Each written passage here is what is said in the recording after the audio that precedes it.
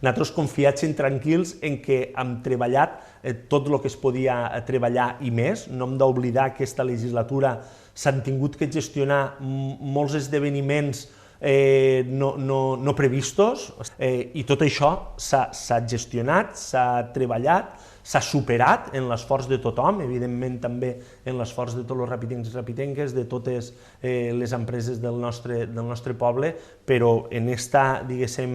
actitud purament rapitenca d'anar tots a una, de remar tots en la mateixa direcció, hem superat això, hem tirat endavant tot un conjunt de projectes que ajuden a millorar la Ràpita, que ajuden a transformar la Ràpita i, per tant, en aquest aspecte estem tranquils i estem satisfets. En l'aspecte electoral, el 28 de maig per la nit sabrem exactament quin és el número de regidors que cada candidatura tenim, però nosaltres, evidentment, la nostra il·lusió i el nostre desig és tindre'n els màxims possibles.